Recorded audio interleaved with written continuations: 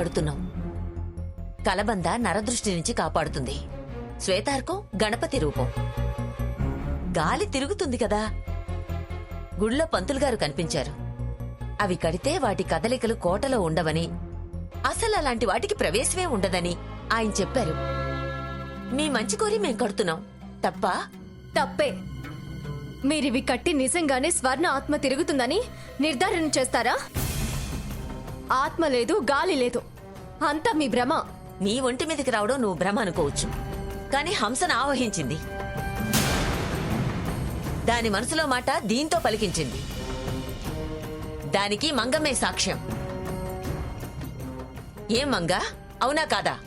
ఆ విషయం నేను తెలుస్తానన్నాను కదా. మీరు గుడికెళ్ళి పూజారిని కలవాల్సిన అవసరం ఏమొచ్చింది? జిల్లేళ్లు వాంజేళ్లు తీసుకొచ్చి గుమ్మాలకు కట్టాల్సిన అవసరం ఏమొచ్చింది? మన అనుకున్నాం, మంచి అనుకున్నాం, భయపడుతున్నాం. ఆ భయం నుంచి బయటికి రావాలనుకున్నాం. అందుకే కడుతున్నాం. హంసకి పెళ్లి ప్రస్తావన జరుగుతుంది కదా, అంతా మంచే జరగాలని అవి తీసుకొచ్చి కట్టాం.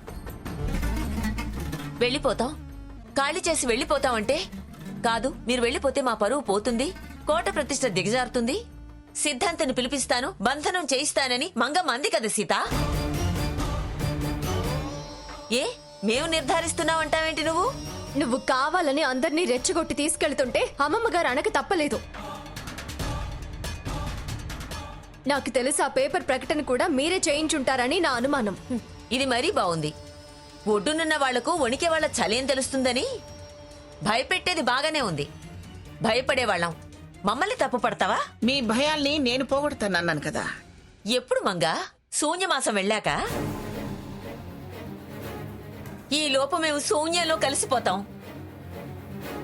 చూడు మంగా, నువ్వు తీరిగ్గా తిథి వార నక్షత్రాలు చూసి సిద్ధాంతిని పిలిపించి ఆ ఆత్మని సీసాలో పెట్టి దాన్ని బంధించేదాకా మేం పిడికిట్లో ప్రాణాలు పెట్టుకుని ఉండలేం. నీ మాట నిలబెట్టాలంటే, కోట పరువు కాపాడాలంటే ధైర్యంగా మేమిక్కడుండాలి. అందుకే కొమ్మలో రెమ్మలో శాస్త్రం తెలిసిన ఆయన చెప్పాడు, తీసుకొచ్చి కట్టాం.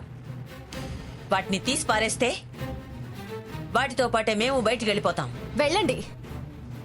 నా చెల్లిని గాలి ధూళి అని నిందలు వేసిన మీరందరూ ఉన్నా ఒకటే పోయినా ఒకటే. మీలాంటి వాళ్ళుంటేనే మా మర్యాద మంట కలిసిపోతుంది. ఈ కోట పరువు చెడిపోతుంది. వెంటనే ఖాళీ చేసి ఇక్కడి నుంచి వెళ్ళిపోండి. ఆవేశపడకు.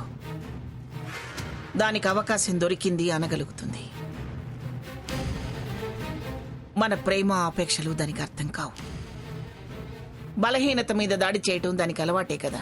దాడి దండయాత్ర నాకెందుకు మంగా? నీ మాట ప్రకారం ఆ సిద్ధాంతిని పిలిపించు, జరపాల్సిన తంతు జరిపించు.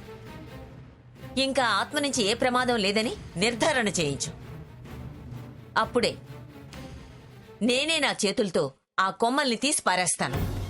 సరేనా? రేపేదైనా ఇబ్బంది అయితే మేం వైద్యం సరిగా చేయలేదంటారు. తనేదన్నా అశ్రద్ధ చేస్తే you have to take care.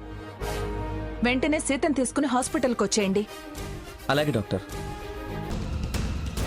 దేవుడా, అంతకుముందు సీతతో వెళ్లడం వల్ల ఆ డాక్టర్ వాయిస్ ని మేనేజ్ చేయగలిగాను. లోపల సీత గదిలో ఏం జరుగుతుందో వెళ్ళి చూద్దాం. సీత, త్వరగా రెడీ అవ్వు. అర్జెంటుగా హాస్పిటల్కి వెళ్ళాలి. సడన్ గా హాస్పిటల్కి ఏంటి?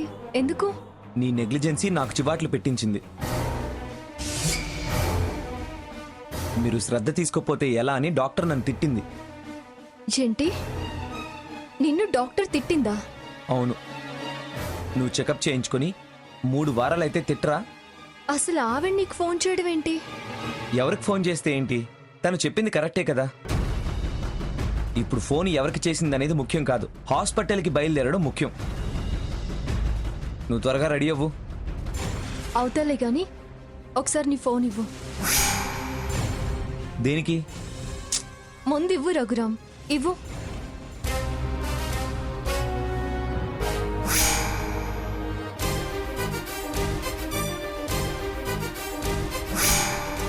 ముందు తయారవ్వంటే ఫోన్ చూస్తావేంటి? ఈ నంబర్ ఎవరిది? నేనేం చెప్తున్నాను, నువ్వేం చేస్తున్నావు? తయారవుతాను రఘు. ముందు చెప్పు, ఈ నంబర్ ఎవరిది? డాక్టర్ గారి నెంబర్ అది. ఆవిడ నంబర్ ఇది కాదే. మార్చిందేమో. ఇప్పుడు ఆ విషయం అవసరమా? బయలుదేరదాం పద. సరే వెళ్దాం. ఒక 2 నిమిషాలాగా వస్తాను.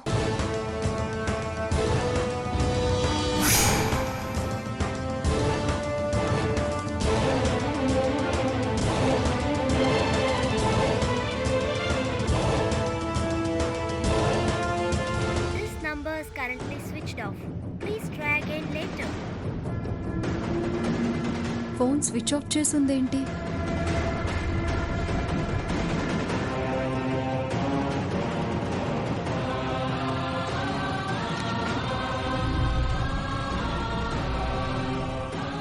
దీనికేదో అనుమానం వచ్చినట్టుంది.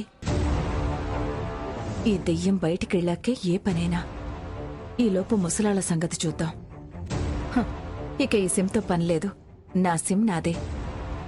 నెక్స్ట్ ఆ ముసలాళ్ళ సంగతి చూడాలి.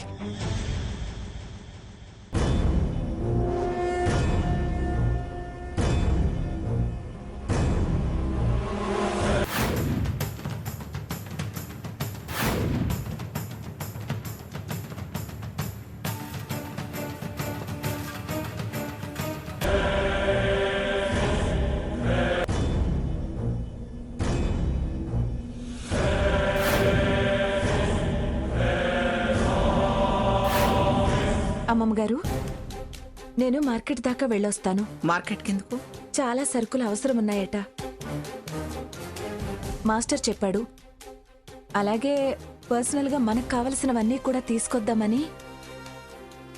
హంస, ఏంటి ఎప్పుడూ లేంది కొత్తగా నువ్వు సరుకులకు వెళ్ళడం ఏంటి? తప్పేముందక్కా? చెల్లెలు పోయిన బాధలో నువ్వున్నావు. పైగా నెలలు నిండిందానివి. ఈ టైంలో నువ్వేం వెళ్తావు చెప్పు? నేనేం పరాయదాన్ని కాదుగా. మనవరాలిని అయ్యానుగా. మనవరాలివైతే అవ్వచ్చు, కానీ నువ్వెళ్ళి సరుకులు తేవాల్సిన అవసరం లేదు. అయినా ఆ మాస్టర్కి బుద్ధి లేదు. నీకు సరుకుల గురించి చెప్పడం ఏంటి? ఏది అతనిచ్చిన లిస్టులా ఇవ్వు. సీత, ఇప్పుడేమైంది? అతనిస్తే ఇది తెస్తేనే అరిగిపోతుందా, అలసిపోతుందా? దేనివ్వు.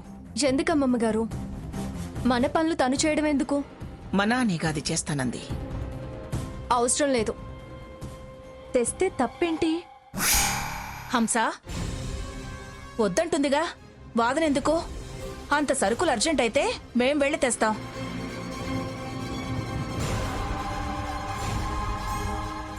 ఇంకే ఆ లిస్టు సంచి వాళ్ళకి ఇచ్చేయి. ఇప్పుడు ట్రాక్లోకి వచ్చారు. ఇవ్వమ్మా.